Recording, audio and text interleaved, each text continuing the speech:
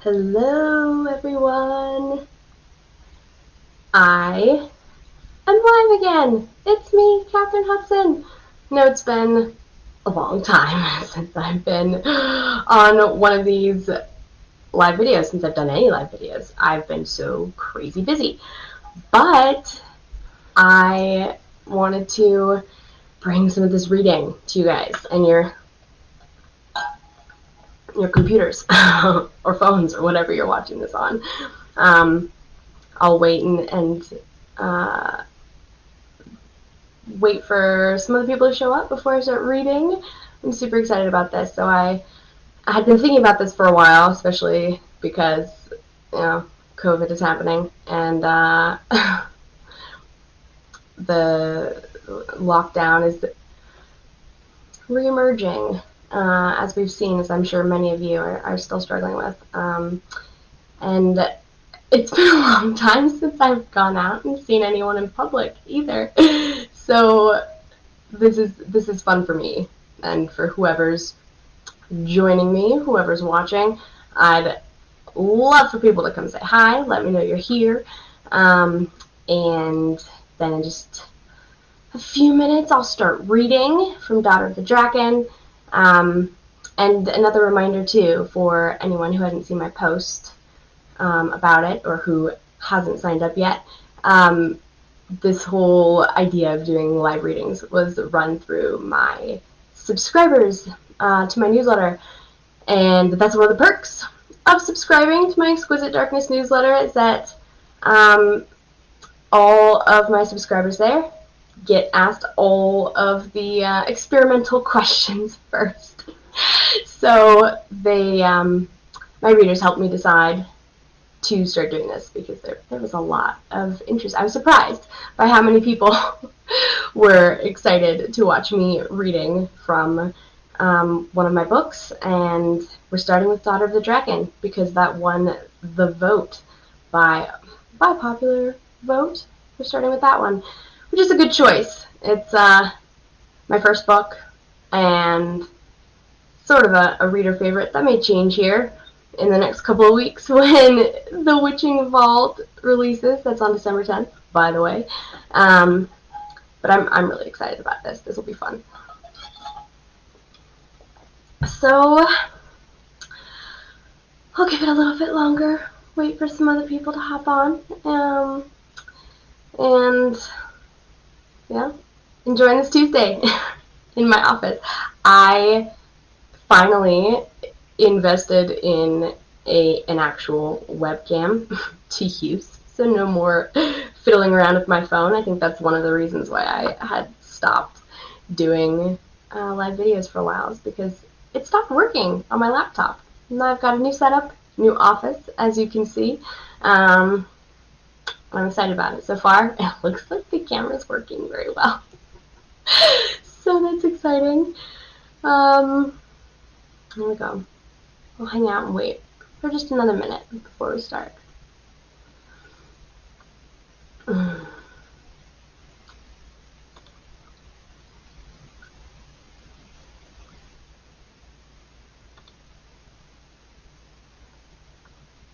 Alright, we've got some more people hopping on board.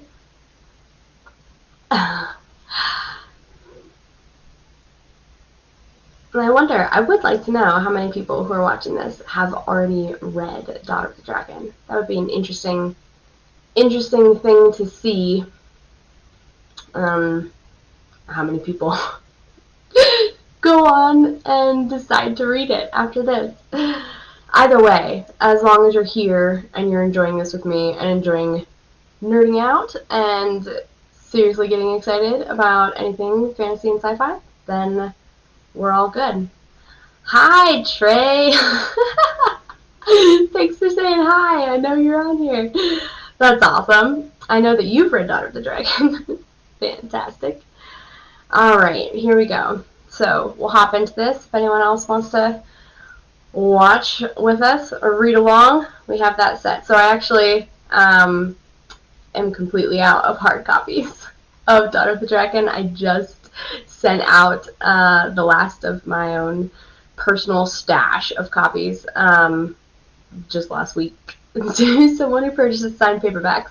So, now I can show, oh, that doesn't show up very well on the screen. It's on my Kindle, but here's a cover, Daughter of the Drackan. I will be reading this directly from my computer because the screen is gigantic and it doesn't hurt my eyes, which is good. Alright, here we go. Beginning with the prologue of Daughter of the Drackan, Book 1 of Gino and His Children. And the great Drackan resumed its place upon the stone. The child's eyes sparkled with delight. Honai rolled the parchment again and set it back on the shelf. The child jumped on the bed, her dark curls bouncing between her shoulders as she pulled the skirt of her nightgown as far out as it would go. Honai laughed. "What are you doing?" The smile the girl gave her wet nurse was fierce and wild. "I want to be a Drackan." Honai smiled and walked to the bedside. The girl jumped high, landing blindly on her knees as the nightgown whipped over her head. Honai giggled with her, tickling the child's body, then straightened her out on the mattress. "But I'm sure the mighty Drakkans are not so careless as to let their wings cover their heads." The girl grinned, wiggling under the quilts. Honai situated her in bed and knelt. "Why do you wish so much to be a Drackan?" "They're the greatest things that ever lived." Honai smoothed a lock of dark hair from the child's face, frowning in mock consternation. "These are the same Drakkans I know, yes? Terrifying, ruthless brutes who destroyed villages, ate livestock, and burned forests with their fire breath?" The girl patiently shook her head. "They only killed people who scared them. They only ever wanted to fly and protect their babies, and they saved the one boy who would not run from them. He believed in them, and I believe in them." She held up her hands, casting shadows upon the bed, and pulled a face at them. "I wish I could hear their stories." Honai stood and straightened her skirts. There was no point in arguing with the child's vibrant imagination, especially before bed. Especially this child. "Well, I'm sure they have their stories, my dear, but they are not for tonight. Sleep well, and perhaps you may dream of your Drakkans." "Yes," the girl sighed, squirming in tired excitement, "and they will tell me everything." Honai kissed the child's forehead, but paused at the doorway to the chamber. The hairs on the back of her neck prickled, and the wrongness she sensed quickly became a sound. It mocked the flapping of Lord Cartney's banner in the wind, posted high above the watchtower. Many nights it was the only sound outside the castle, but this noise was no banner. It was louder, thicker, splitting through the air with intent. In a matter of seconds, a calm night of normalcy shredded into terror. It had finally come. She turned toward the window, knowing the truth and fearing it all the more. There hovered a great red Drackan from the high hills, head stretched out tight on its neck, body hovering with the rhythmic beat of its wings. The Drackan's armored scales shone in the firelight, brown with a tinge of fiery, metallic red. The broad wings almost scraped against the cold outer stone of the tower as it pushed a dignified head through the opening almost too small for it. The length of its neck crossed the room toward the child's bed. The girl had pushed herself up, wide-eyed and glowing with excitement. The seconds stretched long and thin before Honai's wits scattered, and she screamed. A voice, much louder than it should have been, echoed through the room. It came from the beast itself, though the bone-crushing jaw never moved, the eyes never left the child's face. A bodiless, sexless voice, dark and ancient. "You do believe in us, fledgling? I think it high time you had your wish." Honai stared in mute horror as the beast's rigid snout hovered above the child's legs. The girl reached out a tiny hand, steady and calm. Glassy, intelligent eyes passed between the hand and the small face, judging, waiting. "I am not afraid," the child stated boldly, and lightly touched the creature. When finally Honai could move again, her terror rushed her out of the chamber and through the castle. She ran down the stone halls, bumping against the corners as she turned through the corridors. She finally reached the dining hall where Lord Cartney sat drinking with his men. "Milord," she gasped. The dark-haired lord turned from the table to look at her with a half-smile still playing across his lips. He noted her concern and stood abruptly, the smile fading into a worried frown. "What is it, Elna?" The woman stumbled and fell to her knees at his feet. "My lord, a Drackan, in the child's room." He whispered his daughter's name and briskly turned to his men. Wordlessly they followed him through the castle halls. The Drackan's diminishing tail vanished through the open window just as they burst through the door. Cartney unsheathed his sword and rushed to the window, wildly slashing out, but the bare steel caught only the frigid night air. A scream of fear and misery echoed from the tower of bridge or turret, lasting almost as long as it took for the child's bed to grow cold. Chapter 1. Colin looked out upon the valley from the mouth of her cave at a plain of solid white far below. The huge lake spread from the bank, frozen with the winter chill, a Drackan's chill that would alone crush a man's bones and freeze his blood. They would meet here when they awoke. And then what would they think of this? More importantly, what would they do if she failed? She might have spoken to the rest of the council before attempting this, but they were all in the last and deepest stages of their torpors.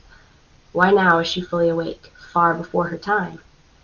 That thin voice had done it, the fragments of weak thought that had been strong enough to pull her mind from an unbreakable sleep. She could not help but follow the call, and was only marginally disappointed when it led to the dwellings of man. It had been centuries since she last had need for the human tongue, but the tiny thing had understood. The fledgling human needed a fire, especially in this cold far too bitter for humans. The Colin exhaled on a pile of discarded bones, and a fire illuminated in the darkness of the cave. She neither felt the warmth nor needed the light, but she still was not blind to the needs of such a fragile, short-lived race. The tiny thing's lips had turned a light blue, exposed skin having lost its natural pinkness. The Colin nudged the tiny thing closer to the flames. She couldn't risk the thing dying of cold before she'd even attempted the change. She thought it marvelous how very small the creature was, not even half the size of her forepaw.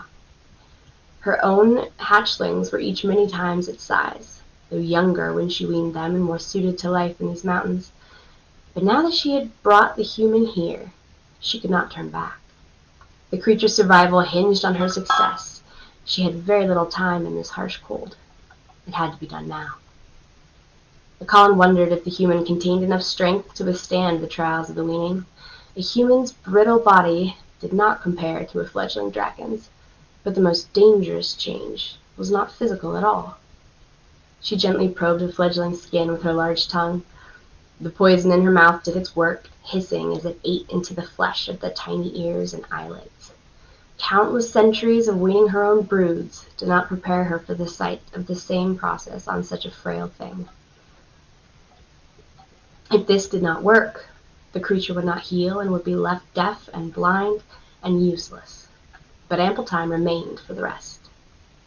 She brought her jaws to the fledgling's arm. It had to be a small bite, or she would kill it. Just a tiny piece of skin above the blue veins, and she swallowed it, licking away the blood. That wound, too, crackled with the poison from her tongue, bordering on a nasty, open sore. The creature looked terrible, like a half-eaten meal, but Colin knew the value of patience. Its eyes fluttered, threatening to open, and then the oozing wounds smoothed and flattened into a film of new, healthy skin.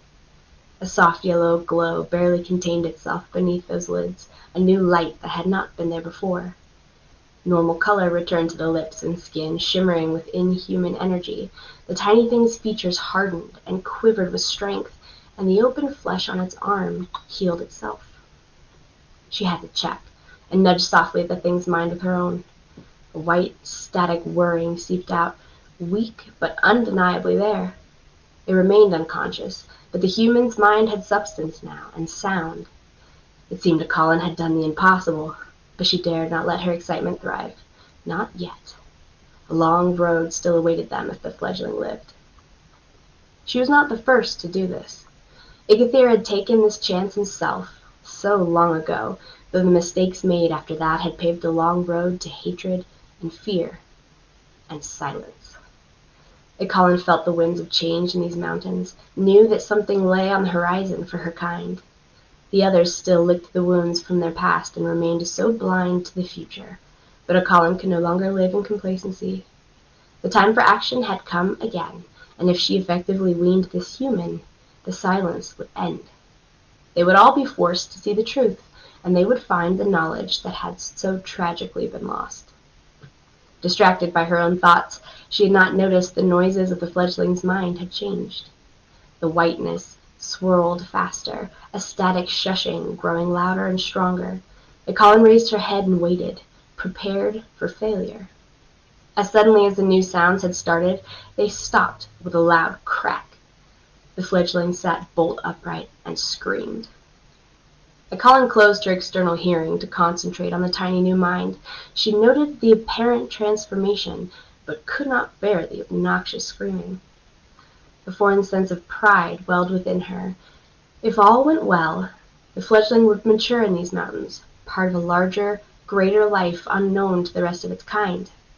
This sacred exchange made the Drackan responsible for the fledgling now, for the gift of instinct, knowledge, and faults of Drackan kind that she had given.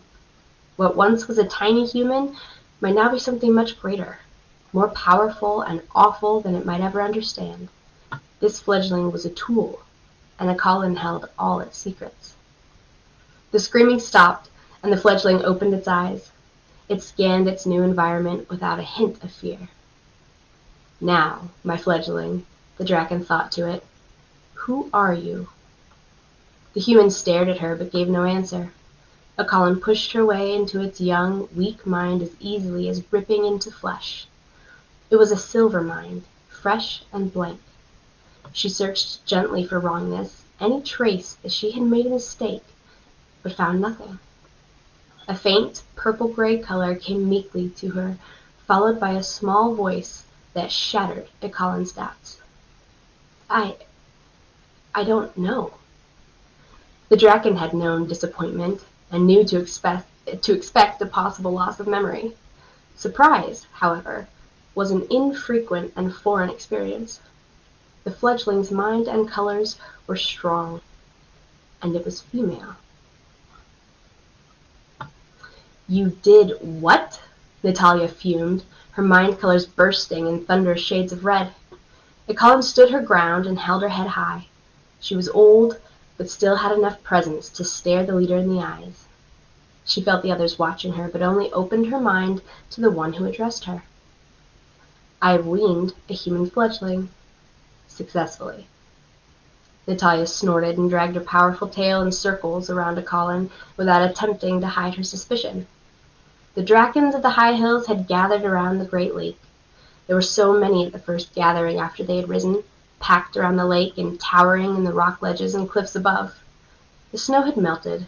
All the Drackans had returned to the waking world, and the new sun lingered high in the sky. They had not waited long to address her actions, but Colin was always ready to confront the council boldly. She did not possess the weakness required to cower behind a lie, though most of the Drackans would have preferred a lie. When she felt Natalia's sharp breath on her snout, she matched the force of the leader's gaze. And what, precisely, compelled you to commit this act? The others heard their conversation, as custom warranted, opening the gathering to all minds. Colin closed her external hearing, avoiding undue distractions, and focused on the blue Drackan's mind. I took the fledgling from its dwelling. The creature understood my speech, the very same creature that woke me from my torpor. Around them, anxious bodies shuffled, wings beat and fluttered against one another. Drackans did not simply awake from that sleep. She did not need to open her mind to the others to know what they thought. None of it was good. Her actions pleased no one. The blue Drackan's gaze remained firm and strong as ever, but despite her strength, Natalia could not completely mask her surprise. Her fury amused Colin. The blue Drackan had always opposed her calls to action, and now Colin could no longer be ignored. She drew herself to her full height, finally commanding the attention she deserved on the subject. Natalia's yellow eyes, surrounded by ridges of sapphire blue scales, narrowed. How did you obtain the creature? The flamboyant reds of her anger receded with the question. Colin watched the Drackan-covered valley as she responded, summarizing the capture of the fledgling. She sent, but her secret mind drifted elsewhere. In the great circle of cliffs and rocky ledges above the lake, the Drackan stirred on a mountain peak. Something very slowly made its way downwards to the opening ring of ground by the lake. The Drakkans nervously opened path for it, rustling their wings and jostling each other in agitation. A few snarls carried on the thin winter air. Colin would not be caught distracted, and she reluctantly returned her attention to her own words. And so I have weaned a human. Judge as you will, but I know what I have done, and why. Her patience for all these questions drew thin, and she could not keep her attention away from the thing moving in the valley. Do you know its lineage? Was it important? I only knew that it is more important to our race than to theirs. Natalia could have searched her mind if that was what she wanted. Colin knew, though, that her interrogator did not desire any more information than could be given by answering questions. Making this information public had made Colin dangerous, unpredictable, and completely untouchable by the council. How could they possibly know what to do with her now? She had broken the rules, done something far beyond the acceptable realm, and this gave her the immunity of fear and respect. For now. You know responsibility is to be accepted. I do, and I am prepared. But I stand before you all to say that our century of descent is at an end. This I have done for you. She snorted, triumphant, willing Natalia to take action. The blue Drackan's gaze flickered to something behind Colin, and solid features instantly softened in a mixture of reverence and fear. Colin froze. Natalia respectfully stepped aside, and a short gust of breath blew against Colin's scales, alerting her. She turned, face to dark, glistening face, with Igathere himself. Igathere, her mind voice whispered, and she was aware of its colors, pale and gray with shock and wonder. A single thought floated through her surprise. Had he too come to judge her, to destroy everything for which she so desperately fought? Then her mind went blank. Green golden eyes hovered inches from her own, staring down at her in amusement. His power emanated like steam, and she had to take her frozen eyes off him. She had felt this only once in the past, long before she had grown old. His presence alone was overwhelming, and it had always been that way. He had descended from the mountain peaks to be here, to speak to her, and she wished then that she had something more to say. A rich, golden-colored laugh filled her mind, resonating as if made to bounce around against the walls of her insides before sinking in endlessly. Colin, he responded courteously, it's been almost 500 years. My interest in you was not for nothing, after all. It would seem so. All her triumphant pride and willfulness had vanished. All she wanted now was to gaze upon the black Drackan forever. Consequences would be considered and dealt with later. Lowering her head, she humbled herself and hoped for more. She wanted to say so many things to him, but could not pin her thoughts. The others still watched them closely, and she knew it was best to stay silent. The black beast sniffed the air, and his eyes narrowed. You have the child with you now, I presume? Colin met his eyes again, hope biting at her resolve. I do. Igathere stood unmoving, and Colin gently unfurled her red-brown wings. The child sat atop the Drackan's scaly back, legs huddled up to her chest. She too stared at Igathere, eyes glowing from beneath the shock of tangled hair. The others snorted and growled at the human, their hatred and bloodlust already thick in the air. The Drackan's century-old feud with the scaleless race ran deep within their blood. Seeing one now, in their home, stirred timeless memories of the war so long ago that had started their hatred in the first place, and memories of the last human fledgling who had turned astray. Igathere shifted his eyes toward the child, expressionless until he chose to speak. Colin shot her mind voice in a direct, shielded stream to the child, hoping to reach it before Igathere did. Have you heard our discussion? A light, purple-gray blotch found its way slowly to her mind with the feeble words, I did. Then go to him, young one." The child slid to the ground, gazing at the Drackan with pleading eyes. Icolin nudged her forward with her snout. The child stumbled toward Igathy's great figure and placed her hands behind her back. Her narrow chest stuck out vulnerably, head held high, and she met eyes with the black Drackan. Fear did not exist in the child, as if it never had. She was part of the new world around her now, and still so disconnected. Igathyr snorted, seemingly entrapped by her boldness. Icolin opened her mind to just the two of them, eagerly awaiting the important exchange, the final word. "Who are you?" The child paused. "I don't know." Igathyr tilted his head with a brief flash of amusement. Then his eyes flickered toward Icolin, gleaming beneath the glistening black ridges. From a distance, the Drackan might have been mistaken for a hulk of the black volcanic cliffs, his scales shimmering just so in the sun. His tail ended in the rare, arrow-shaped point, and he moved his powerful weapon from side to side. Then he shot a stream of barrier-blocked thought directly for Icolin. "A female, Icolin. This shall be interesting." The red Drackan couldn't tell if he meant it as reproach or jest, and she kept her silence. In some small part of her, she had hoped Igathyr would not notice the fledgling's sex, though he couldn't possibly have overlooked it. He might have thought she had chosen a female on purpose, but she would not correct him. "Do you know any of this, of where you are?" The child's answer showed strange courage, so sure in its lack of knowledge. "Not exactly, except that this is where I belong, and you are something very powerful." Igathyr rumbled warmly in his throat. "Neither are you one to be trifled with, I think. While I do not see you fully, I give you my approval." The Drackan bowed his head, leaving the child standing alone, a glowing, softened presence among cold stone and hardened scales. When he straightened, their gazes locked sharply, and the fledgling swayed. Icolin tried to listen to the ensuing conversation, but Igathyr had unexpectedly put up an unbreakable wall. She could only wait for the private discussion to end. As powerful as she could do nothing. The fledgling opened her eyes wide, and Igathyr blinked a hard, shocked blink that completely tore at his composure. His mind sent a cracking boom echoing out through every Drackan's mind, ringing inside Icolin's own until she thought her head would burst.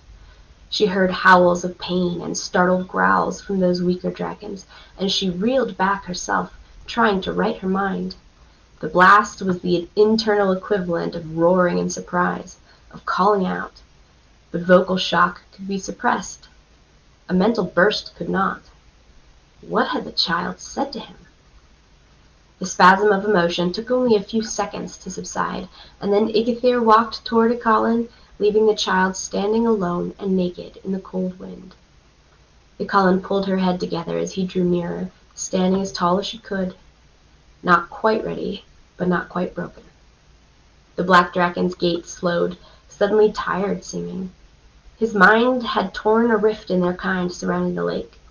He rarely showed himself among them, and today he had extended his power. He had appeared here for a reason, and none of them could ignore that fact. "Well done, Icolin. You have surprised me. Have you a name for this child?" Icolin's pride helped her to find her mind again. "Yes, I have. She is called Keelan." And I'm going to stop right there at the end of chapter 1, so we aren't stopping in the middle of a chapter. It's just about 5:30, which is awesome. So for those of you who stopped and hung out for a reading of the prologue in chapter 1 of Dawn of the Drackan, thank you. I actually don't think I've ever read that out loud before, so that was fun to dive back into it. Oh, I see. I see that V commented, and I totally missed that one, so I'll give a shout out to V and say, hello, thanks for joining. And I think they went back to writing. Well, now that we have read, I guess this is the part where the chats happen. I wonder who's that one person who still hung around. We can have a private chat. It's perfect. Let's see. I'll keep talking. If anyone wants to join for more chats, we'll just we'll roll with it.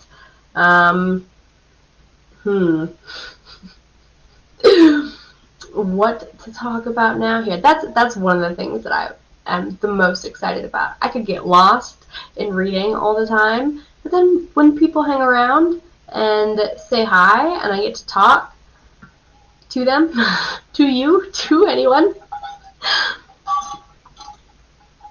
that's the fun part. That's the fun part for me. And for anyone who stopped by to watch the reading, anyone who's on my newsletter list, anyone who's hanging out with me, thank you for responses and for being here and for joining me on this journey. There are so many things happening, and I love being able to share it all with you guys. That's the point. I'm super excited for the release of The Witching Vault on December 10th. That's coming up. Oh my gosh, I can't even say how excited I am about this new book. Urban fantasy is a bit of a new deal for me. For my own writing, I've been ghostwriting it for a really long time. And you guys are going to love this. It's just total snark and hilarity and weird stuff. I've had a lot of advanced readers say they had no idea how a book about a magical bank that could think for itself was going to turn out. And so far it's been turning out very well. So that's super exciting. I can't wait to hear what you guys think after you read this book. And if anyone wants to get on my ARC list for advanced reader copies, I will be sending out advanced review copies of book 2 in the Accessories to Magic series, because that will be finished the day before book 1 releases. So December 9th, I will be sending out advanced copies of book 2 if anyone wants one. I guess either comment here or join my newsletter. I always shout out and give my subscribers first dibs on those ARCs because they've stuck around with me for so long. That's really exciting. First time ever that I have ever plotted out an entire series. It's 5 books. They're all coming. Hi, Brian. Thank you for saying hello. And, oh, you mean you found me through my videos? That's right, because we have a shared love of the Dark Tower and Stephen King and all things those and plenty of other things. I love being able to find like the big one thing that you really connect to someone about. In this instance, the Dark Tower, because that is, oh my gosh, my favorite, all-time favorite series of all time. And yes, I did an entire review giveaway series of the Dark Tower. Gosh, that had to be like 2 years ago? Last year? No, it wasn't last year. I have no idea. It was a long time ago when I did those. Hi, Connie. I'm so glad to see you here. Thanks for stopping by and saying hello. I was talking about the review series. I had reviewed all 7 books in the Dark Tower series, which is so much fun because I really got to geek out about that. And then and then people like Brian have stuck around since those very first videos. People won some books, got some signed copies. That was fun. I think that first Dark Tower review video got like over 30,000 views, which for someone who had never done videos before was pretty cool. And I was saying that I love being able to find that one thing that connects people and then just having it explode into all different kinds of recognizing things that are the same tastes and the same sense of humor and the same, like, ridiculously intelligent but also hilarious and weird ways of relating to the world, which I love. I think my husband is probably pretty fed up with being the only person that I get to do that with. So I really enjoy it when I get to do that with all of you guys, with everyone who's watching me, who's reading my stuff, who's hanging out just for the laughs and the weird stuff that comes out. So thank you for being here and joining me on that journey. I would love to hear what you guys are up to, spending your time doing. I know that plenty of people have had to shift the trajectory of life during 2020. Hashtag worst year ever. I just did a hashtag in a live video. There's something wrong with me. That's how much I don't get out.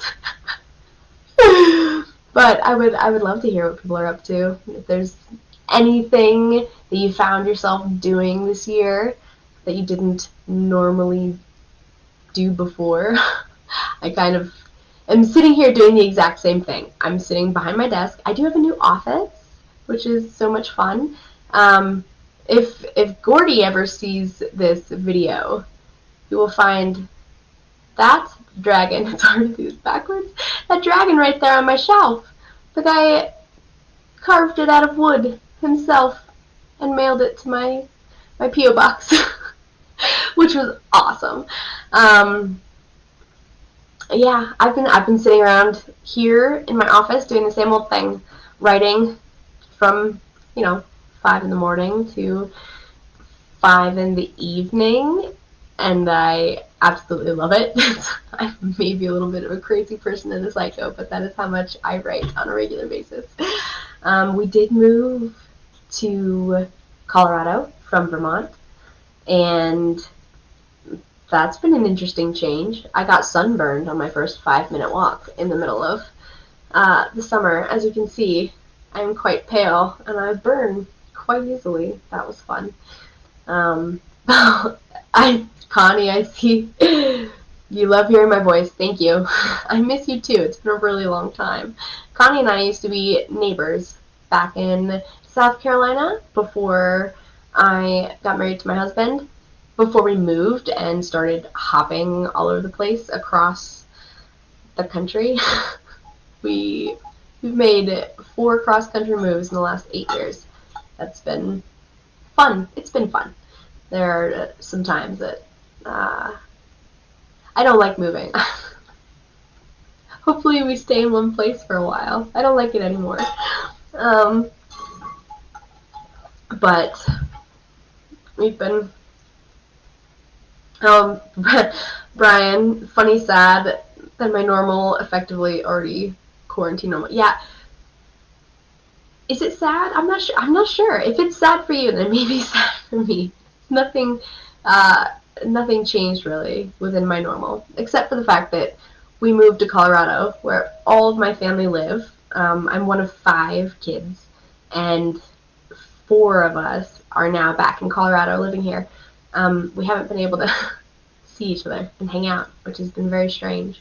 Normally Thanksgiving and Christmas and all the holidays, all the birthdays, there are like 35, at least, probably 40 now at this point. With all the generation after mine, we're all having kids now. It used to be 35 to 40 people who would all get together for these big giant family parties, and now we do Zoom meetings. What are you gonna do, right? But I still don't leave the house very much at all, which is how I prefer it. Because I like to sit behind my desk and just keep writing all day. But it's good. If your normal hasn't been that affected, I don't think it's sad. I consider myself very fortunate to be able to be in the same place that I am, to be able to keep doing what I'm doing, which I absolutely love. And I have the time to sit here and chat with you guys. on a live video, which is super fun. Um, let's see, what else has been going on? Anyone have any kids during the time of lockdown? That's one of the best parts, right? My kid she's doing well. She's in preschool, and she wanted to be Darth Maul for Halloween. So she was Darth Maul. We got her a Jedi cloak. It was brown instead of black. We couldn't find a black one in her size, but she got the Darth Maul costume, red lightsaber, Jedi cloak, and my husband painted her face like Darth Maul and surprised all of us, I think, with the quality of his face painting skills. That was very fun. No trick-or-treating, but she got to be Darth Maul for an entire day. And this kid, I can't even, like, I'm all about all the dark things and the darkness and, like, creepy stuff and violence and gore. And, like, that's my jam. That's my thing, right? As I'm sure many of you have picked up on by now at this point. I didn't really think that was genetic, but apparently it is, because my kid is also, like, really into all the dark things and the violence, and the first thing she said that made me realize this was, I think she had just turned 2, and she was playing around with her wand, waving it around, and she thrust it out at me and goes, "I'm the kill queen." And a big part of me on the inside was like, yes, you are. And then I had to be a mom and tell her, like, we should not talk about killing people. You can be the queen of anything else, like anything else. So I may have passed on the genetic predisposition to really being seriously, intensely in love with the darkness. I'd like to think that I would make a great kill queen, and then again, I am fully aware of the fact that I'm too nice. So it really wouldn't work. I'll just write in a kill queen somewhere. That's also something else I'm working on. Not so much a queen per se, but necromancers. You know, if V ever hops back on this and sees me say that, we've been going back and forth about our necromancer projects, which is super fun. I love, oh my gosh, writing all the things. Everyone dies in the first chapter. It just really gets me.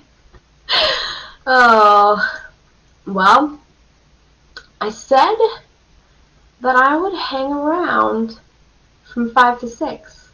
This is me feeling it out. I actually thought that the reading for half an hour would go by a lot more slowly, and that the chatting for half an hour would go by really fast. And I think it's the opposite. So I'm here. Anyone wants to come say hi, come say hi. Ask some questions, tell me some things. We've got a thank you to everyone who came to join me and check this out today.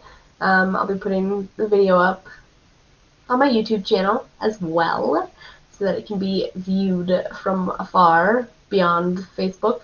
Other people can check it out. And that's about it. So I hope those of you who tuned in today, enjoyed the reading, enjoyed going through my books. At that part, my face is going to be here on Tuesdays and Thursdays. It's a lot more often than it was whenever that was. 2 years ago? I think it was the very beginning of 2019. So yeah, almost 2 years ago when I started the live review giveaway series. But that was once a week, mostly. If I could fit it in. I'm doing things a little bit differently now. And I'll be able to stick on the schedule Tuesdays and Thursdays. It's happening. It's going to be done. I just saw Brian's other message. I hide my like for the dark things so well. Within my happy, smiley, laughy goof face, probably. I found I was going through Etsy, just like randomly skimming through things. I was trying to find some stuff for my office when we first got here. I got, opposite direction, this round table right there behind me. Super awesome. It's like laser etched with this phenomenally detailed mandala in the center. It's an awesome table. I was looking through Etsy and found this guy who does wood carving, like art portraits. They look like pictures, but they're wood carved. He hand carves them and then he hand paints them. And I found one of Lucifer and have been seriously considering buying it and putting it right there on the wall.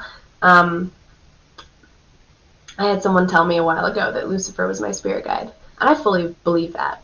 I know I hide my love for the darkness within this smiling face, but it's all inside me. I promise. It's there. If you've read any of my stuff, you know. If you've heard me talk about where I've been in my past and the things I've seen and the things I've done, you'll know. The darkness is there. So maybe, I don't know, in a couple of weeks when I come back to do another reading, we'll see a hand-carved, this is so weird to go back with, hand-carved, hand-painted piece of artwork depicting Lucifer. It'll be super fun. For anyone who's freaking out about that, about like, oh my gosh, this lady is an evil person, I take the idea, the premise of Lucifer as, I guess one of the intended definitions. Oh, thanks, V. V says, go for it. I need to put that piece of Lucifer art right over my shoulder. I think it would be awesome. I'm gonna find it. Maybe Christmas present to myself.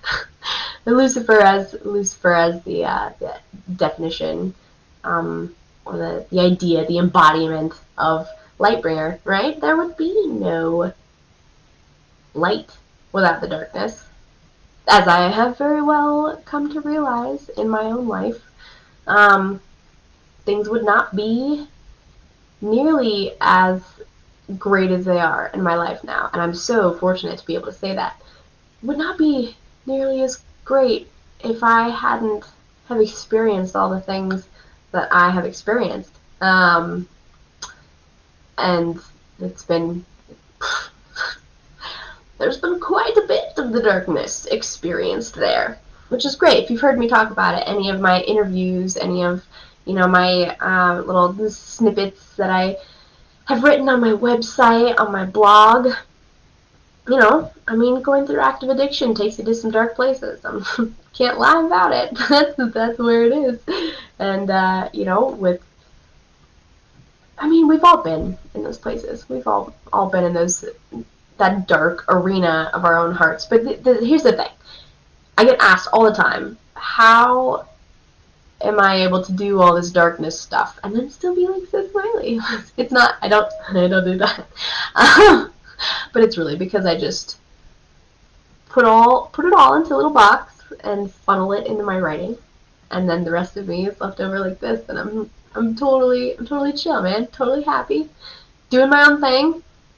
I get to put all the nasty, gnarly, violent, gritty, just really intense, stuff into my books to share with all of you, which is so much fun. I have been so happy to find that there are so many other people out there who really are into this super dark stuff in the same way that I am. That just makes my heart so happy. So yeah, it's just a really fulfilling thing. It's excellent. Excellent. Um, yeah. So, if anyone is, oh, so that happens to me all the time, where I have thoughts, and they go right through my head, and they disappear. So, sorry about it. They're gone. That's it. There's nothing more. Does anyone have anything else to say? What are we going to talk about? Who wants to just shout out here? And, if we're all done talking, if you are finished watching my goofy face go on and on about things, then I'll call it tonight, and maybe I'll do something a little shorter on Thursday. I don't know. It's up to you guys. You let me know what works. There are only a handful of live videos that I watch frequently over and over on Facebook, and I follow these people and I hop on because things get hilarious.